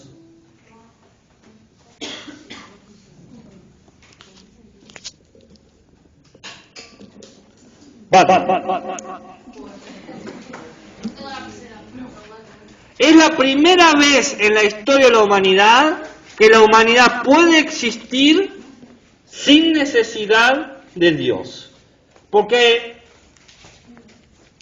ahora se ha naturalizado el ateísmo, pero como lo dijo la compañera hace un rato, antes no era algo común. Antes no existían los ateos. Puede existir sin Dios. Antes Dios estaba en la manera en cómo mirábamos al mundo. Dios estaba en todos los asuntos. ¿Qué cuerno está pasando acá? Desde el principio de la clase están haciendo estas cosas. Yo no sé, en realidad la nuca, no tiene nada en la nuca.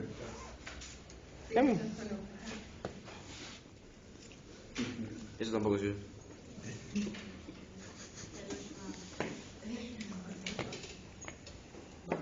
Aquí no puedo escucharlo. ¿En serio? ¿Se pueden hacer esto antes que lleguen las vacaciones de invierno? Porque me dan ganas de...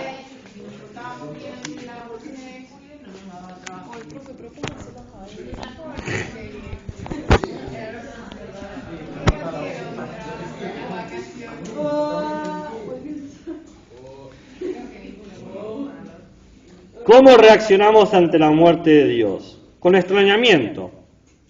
Primero, la sorpresa. Es raro que Dios muera. Segundo, ¿cómo me acomodo a la ausencia de justificación? Porque acá hay algo. Acá hay algo muy interesante.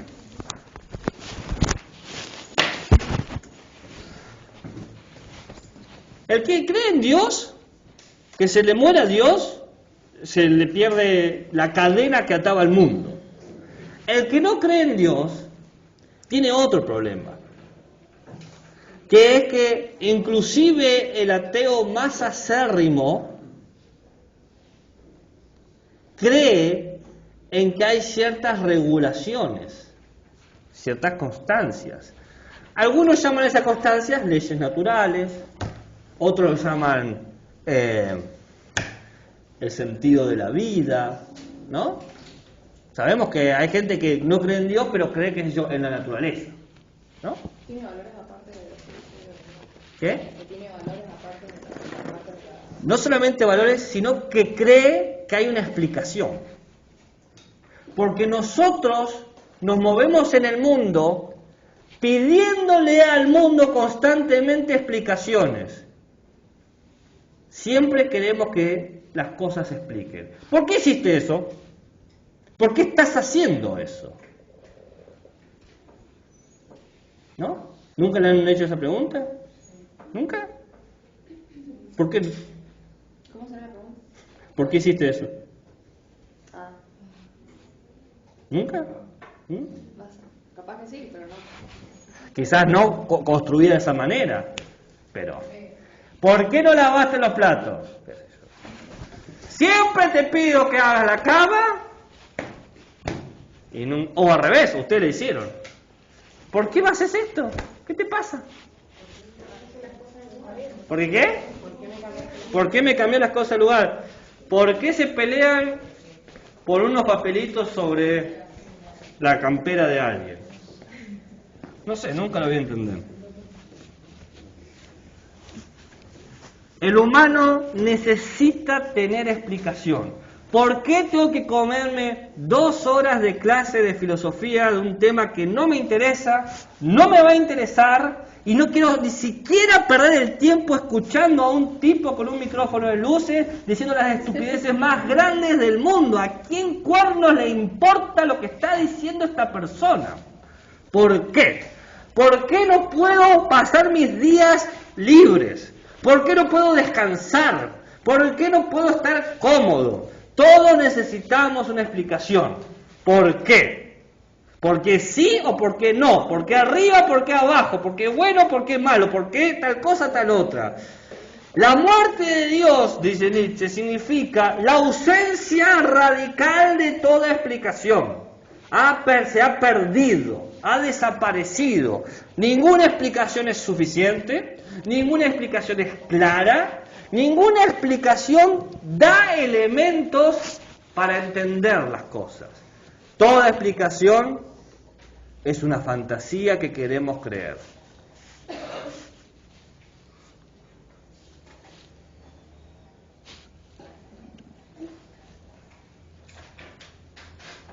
Entonces no existe conocimiento. Entonces no existe conocimiento. No, el conocimiento sí existe, pero no para explicar. Entonces, ¿qué? Muy buena pregunta. Tengo una respuesta, porque Nietzsche no deja nada sin explicar.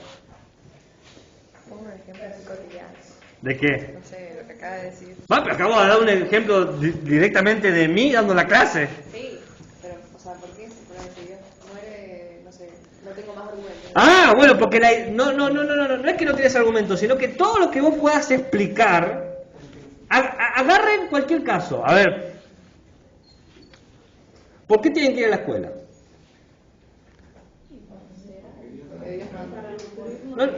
¿Para qué? ¿Para qué? Para tener conocimiento, instruirse, ¿qué otra cosa? ¿Para qué van a la escuela? ¿Y para qué? No, pero ¿para qué? ¿Para qué? ¿Para qué? ¿Para qué? No, te vas a morir igual. Haga lo que hagas, te vas a morir. ¿Para qué? ¿Pero para qué querés vivir? ¿Para qué querés disfrutar? ¿Para qué querés ser feliz? ¿Para qué querés realizarte contigo mismo? ¿Por qué? Porque sí.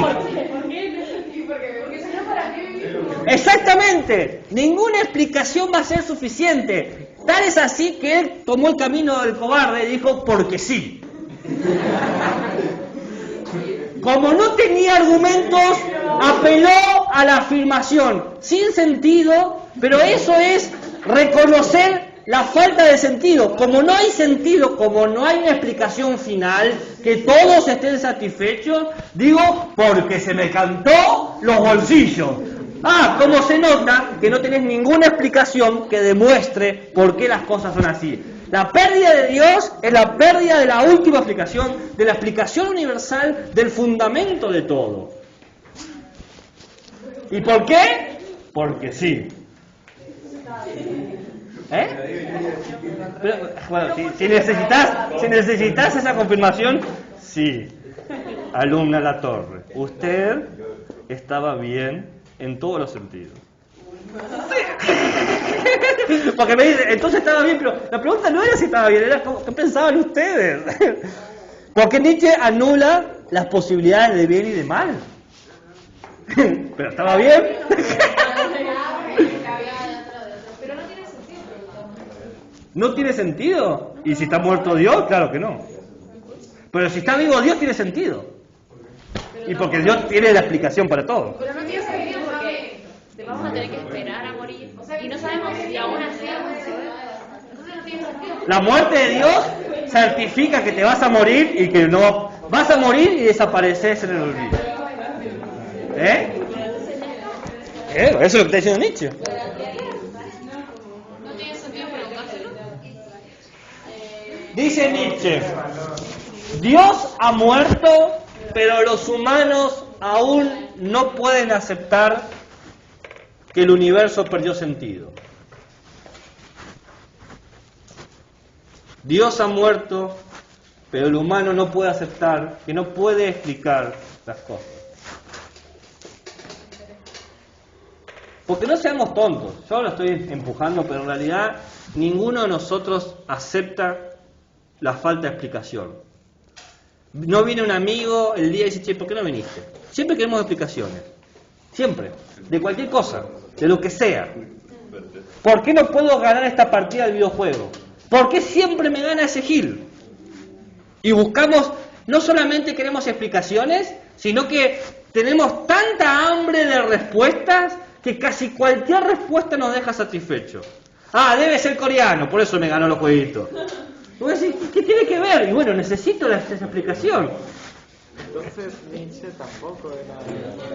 O sea, también buscaba las explicaciones. Obvio que sí. Nietzsche no solamente buscaba explicaciones, sino que se sabía débil. Él escribió un libro que se dice, soy humano, demasiado humano. Humano, demasiado humano. El tema es, ¿ustedes pueden aceptar que son humanos? Porque lo pueden decir de la boca para afuera, pero lo pueden tolerar, también es dinamita. Tolerar que no importa qué explicación quieras conseguir, nunca la vas a tener. Sí, obvio. ¿Vos obvio? No, vos cuando no tenés razón me seguís preguntando, no aceptás no tener explicación de lo que te está pidiendo. No le das lo que me haces Pero bien lo que ha señalado.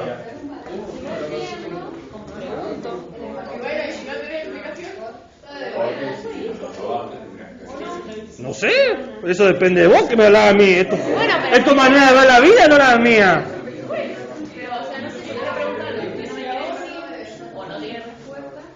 Digamos que vos haces un trabajo de AMS y te pongo A. Vos decís, bueno, las cosas pasan porque pasan. ¿Así? Bueno. Uno que no hace el trabajo, digamos que el compañero no hace el trabajo y le pongo tu nota.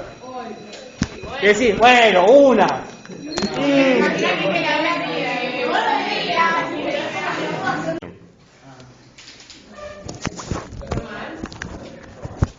No, a ver, el tema es el siguiente. Cuando muere Dios, según la propuesta de Nietzsche, nos encontramos con una situación para rever lo que implica el conocimiento, las leyes naturales y la idea de verdad. Una cosa a aclarar que he visto cómo lo están escritos, no se escribe Dios con mayúscula, sino se escribe Dios con minúscula. Dios con mayúscula es el Dios de los cristianos en todas sus ramas. Dios con mayúscula se escribe de la misma manera que se escribe Alá con mayúscula, es un nombre propio. Pero acá estamos hablando del concepto de Dios, de algo que dio fundamento a la existencia. Es una pequeña diferencia, sutil pero relevante. Porque ustedes quizás están relacionando a Dios con el barbeta en los cielos, pero ese es un imaginario. Entonces, la cosa va por otro lado. La muerte de Dios señala lo siguiente, que las leyes naturales se han roto, están rotas. Por lo tanto, no tenemos certeza de que la verdad que tenemos es tal cual es el mundo. Si las leyes se rompen, las verdades pueden fallar. Y si las verdades pueden fallar, el conocimiento puede ser precario o ilusorio. Ilusorio. Entonces, lo que hace Nietzsche es señalar una situación. La ciencia avanzó a tal punto que nos demostró que primero podemos explicar toda la naturaleza sin necesidad de un Dios que diga esto lo inventó. No es que Dios inventó la jirafa, sino que la jirafa es producto de la evolución natural, ¿no? Entonces dice, punto 1. Ahora, eso implica, dice Nietzsche, eso implica que, ya que no tenemos garantía de que la jirafa fue creado por un plan divino, sino que fue dada por el azar biológico, quizás otros conocimientos también sean azarosos, porque la realidad desde la que parten es azarosa. ¿Cómo podemos saber que la jirafa estaba destinada a existir? No estaba para nada destinada. Se dio estas circunstancias y la especie va a desaparecer en cualquier momento, como desaparecieron los dinosaurios y los unicornios, como todo el mundo sabe. Los unicornios no existieron hasta que se extinguieron, obvio, ¿no? Pero entonces lo único que estaba destinado a existir eran los dinosaurios. Exactamente. No, mentira. ¿Cómo de todo lo que acabo de decir llegar a esta conclusión? No, puede estar primero o último y nadie está destinado. No hay destino. No hay destino porque no hay Dios. Si hubiera Dios, habría destino. ¿Se entiende? Entonces, la pregunta es, si ya Dios no existe, si ya no necesitamos a Dios, ¿por qué seguimos buscando leyes en la naturaleza? ¿Por qué queremos encontrar leyes universales, eternas? ¿Por qué queremos tener conocimiento absoluto si de hecho no existe conocimiento absoluto porque Dios ha muerto y nosotros no podemos alcanzar el conocimiento absoluto porque somos seres finitos? ¿Se entiende? Pero, de nuevo, por favor. El humano quiere tener la certeza de que conoce. No. El humano quiere tener la certeza que conoce. La pregunta es, ¿por qué queremos ese conocimiento? No. Indistinto que Dios se muera. Ahora poner pausa, Dios. O la muerte. Vos como ser humano querés saber. Todos los seres humanos quieren saber algo. Quiero saber si me ama, si no me ama, si me gusta o no me gusta, si quiero o no quiero, si apruebo. Todos queremos saber algo. Y encima no queremos saber a medias tintas, queremos saber fehacientemente. ¿Me lo voy a chapar o no me lo voy a chapar? Quiero saberlo, porque no puedo estar todo el día pensando en eso. El tema es que si existe Dios, y ahora lo traemos a Dios de vuelta, ese conocimiento tiene un sentido. Hay una respuesta clara y concreta. Pero si no existe Dios, toda respuesta es oscura. Es ambigua, es relativa. ¿Se entiende? O sea, es como que Dios nos da a tener explicación. Servía como una hipoteca. Mientras existe Dios, teníamos verdades universales. Dios no existe y yo no sé si hay universos o verdades eternas. No lo sé. Si existe Dios, existe esa garantía. Si no tenés a Dios en la ecuación, ¿cómo podés saber que existe lo eterno? Nadie es eterno, entonces nadie lo puede probar. Nadie dice, yo estuve desde siempre. No hay forma. ¡Pam! Tiro en la nuca. A ver si está todavía. No se puede saber. ¿Se entiende? Entonces, se genera un problema. ¿Por qué? Sabiendo que no podemos conocerlo todo, sabiendo que no existe el conocimiento total, queremos conocerlo todo y queremos el conocimiento total. Hay una respuesta para eso. ¿Están listos para la respuesta?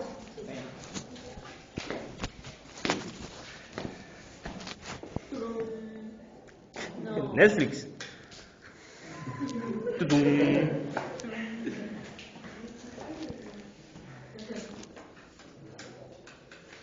El humano necesita conocer porque inventó algo. La inteligencia. El humano inventó algo que no existía para sobrevivir, que es la inteligencia. ¿Qué tiene el águila? Alas y garras y sobrevive cazando. ¿Qué tiene el oso? Sus colmillos y su cuerpo, y sobrevive cazando. ¿Bien? El humano no tiene garras. No tiene garras. El humano no tiene alas. Tampoco el humano tiene una piel dura para protegerse, como las tortugas. No. Su piel es débil. Su fuerza es, comparado con los demás animales, somos bastante débiles en fuerza, ¿no? Inclusive con un perro más chico de nosotros nos puede ganar en fuerza, nos puede tirar, ¿no? Entonces, el humano, dice Nietzsche, aprendió a sobrevivir como los cobardes, imitando, copiando. Existe la serpiente de cascabel, que tiene uno de los venenos más letales, y existe la serpiente falsa de cascabel, que imita a la serpiente de cascabel, pero no tiene ningún veneno. Esa serpiente imita a la serpiente de cascabel y así sobrevive. El humano hace eso. El humano imita, como el bicho palo. No es un palo, imita. El humano no tiene garras, se hace un cuchillo. No tiene pieles gruesas, se hace una campera. Así sobreviven los cobardes. Dicen tener lo que no tienen. Y para poder hacer todo eso, el humano tuvo que desarrollar la inteligencia. Porque necesitas inteligencia para hacer un cuchillo. O para hacer una ropa. Necesitas tecnología. Necesitas ciencia. Entonces el humano creó con la inteligencia formas de imitar. Estas formas de imitar las llamamos verdades. Formas de imitar al mundo. El cuchillo son las garras. El automóvil son mis piernas más veloces. ¿No? Lo que sea. Es más, tanto tenemos que imitar que encima tenemos pésima memoria y creamos libros. Porque no nos acordamos las cosas. Los animales tienen saberes que se transmiten genéticamente y nosotros tenemos que ir a la escuela para adquirirlos. Qué seres débiles que somos, dice Nietzsche. Pero no solamente